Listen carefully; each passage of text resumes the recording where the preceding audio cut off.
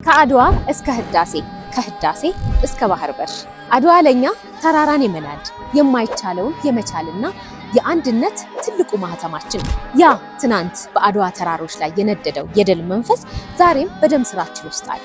ትናንት በአድዋ ለጥቁር ህዝቦች የነጻነት ፋና ሆነ።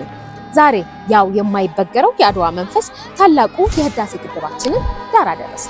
በስንዴ ሉዓላዊነት ታሪክ ተሰራ። የአባይን ወንዝ ደግሞ ለብርሃንና ለብልጽግና አዋል ነው። ነገ ቀጣዩ የታሪክ ምዕራፍ ተጀምሯል። የባህር በር ጉዳይ የህልውናችን የኢኮኖሚ ነፃነታችንና የትውልድ ጥያቄ ነው።